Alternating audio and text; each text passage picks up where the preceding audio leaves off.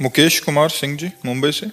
और जी, आप कह रहे हैं कि आपने महाभारत, संकट मोचन, महाबली, हनुमान, द्वारिकाधीश आदि धारावाहिक जो हैं इनका निर्देशक किया। अभी ये एक महाभारत जो व्यास जी द्वारा लिखित है उस पे एक भव्य फिल्म बनाना चाहते हैं, उसके लिए भी महाराज जी, जिससे लोग समाज। हाँ, अच्छा है, अच्छा है।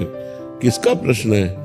हाँ, अच्छा है। धार्मिक सीरियल पवित्र शास्त्र के अनुसार बने, जिससे हमारे लोगों की भावनाएं धार्मिक बने। जो हम देखते हैं, जो हम सुनते हैं, वही हमारा चिंतन बनता है, वैसे ही आचरण बनते हैं। तो हम चाहते हैं कि जो असत फिल्में हैं, बिल्कुल झूठी हैं, अश्लीलता भरी हैं, गंदे भावों को बढ़ाने वाली हैं, इनसे हट करके हम धार्मिक सदाचरण वाले, पवित्र आचरण वाले ऐसे लीला का अनुकरण दिखाएं, जिससे लोगों की भावनाएं पवित्र हो। अब जैसे बड़ा प्रयास करके रामानंद सागर जी ने रचा, तो आज भी जब देखो तो भाव में भर जाते हैं।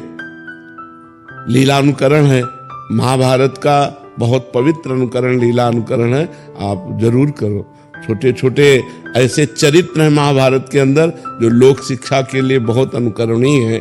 जरूर करना चाहिए, ऐसा ही करना चाहिए। और ध्यान रखना चाहिए कि पवित्र दृश्य को दिखाने के लिए हमें पहले पवित्रता खुद में धारण करनी होगी।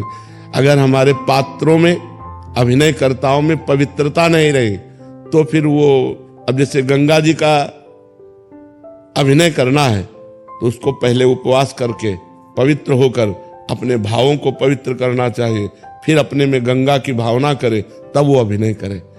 अगर अब शराब पिए, मांस खाए और सोचे कि हम शांतनु जी का, भीष्म जी का, गंगा जी का, इनका अभिनय करे, तो कर ही नहीं पाएगा। उसमें वो बनावटीपना बना रहेगा। अब बहुत आप देखो, है सब रोलों में, लेकिन जब राम जी बने तो ऐसा लगता है मेरे राम जी ही हैं, क्योंकि उन लोगों को वर्षों से साधना कराई गई, खान पान, नियम, संयम सब, तो एक पवित्रता झलकती है, नहीं झलकती है? तो हमें लगता है कि अगर हम अपने धर्म ग्रंथों का अनुकरण करें तो पहले अभिनय करने वालों में संयम, ब्रह्मचर्य, पवित्रता, नशाखोरी ना करना, गंदे आदतें ना करना, तो उनमें जब पवित्रता आएगी तब पवित्र अभिनय आकर्षणकारी बनेगा। और जिस समय रामानंद सागर की रामायण पहली बार चली थी तो सुनसान हो जाता था, साफ शांत, एकदम एरिया शांत। जो जहां आए, आसपास टीवी है, वो जरूर जा करके वहां हाथ जोड़कर देखना चाहता था कि मुझे एक बार देखने दीजिए। घरों में ताला लग जाता, लोग बैठकर शांति, मतलब एक बार तो धूम मच गई थी, नहीं मच गई थी? जो जहां है गाड़ी खड़ी करके पहले वो सीरियल देखेगा, इतना सुंदर। तो हमें लगता है अगर अभिनय करने वाले संयम में और पवित्र भाव में आकर के रोल में वैसे ही घुस करके रोल करें, उसी भाव में, तो ज्यादा हमारे समाज को लाभ प्राप्त होगा। अब बड़ी हानि हो रही है कि ऐसे सीरियल दिए जाते हैं, ऐसी फिल्में दी जाती हैं जिनमें अश्लीलता परोसित गंदी बातें। अब इससे क्या होगा? नए नए बच्चे और गंदी आदतों में प्रोत्साहन उनका होगा। ब्रह्मचर्य से जीवन बनता है। मान लो 20-22 वर्ष तक ब्रह्मचर्य रहे, फिर गृहस्थी में गए तो एक अच्छे गृहस्थ बन जाएंगे। अब अभी नए बच्चा हैं और वीर्य नष्ट कर दिया तो न गृहस्थी लायक रहते हैं, न संसार के किसी कार्य में मन लगेगा, उदास, डिप्रेशन और नाना प्रकार की पीड़ाएं। तो अब ऐसे अभिनय ना दिखाए जाएं जिसमें संसार की वासनाएं बढ़े, गंदे आचरण बढ़े।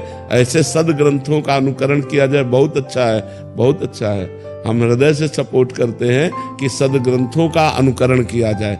लोग सदग्रंथ पढ़ नहीं सकते, ज्यादा समय नहीं है कि वो ग्रंथ पढ़े, तो कम से कम छुट्टी में जितना समय मिला तो सीरियल देखे, तो सदाचरण तो उनके अंदर आएंगे। बहुत अच्छा है जी।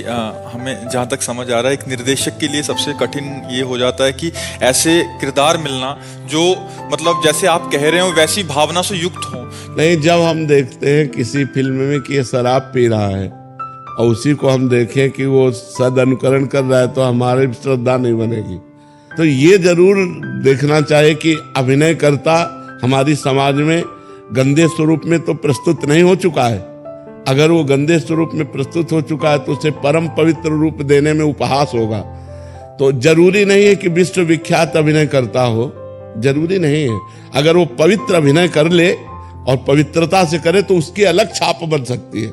जैसे वो विश्वविख्यात हुआ है तो क्या कोई नया आदमी विश्वविख्यात नहीं हो सकता? हो सकता है। वो प्रयास करे, वो भगवान की आराधना करे, वो जिसका रोल करने जा रहा है उसका चिंतन करे, वो पावर देगा, वैसे अभिनय होगा।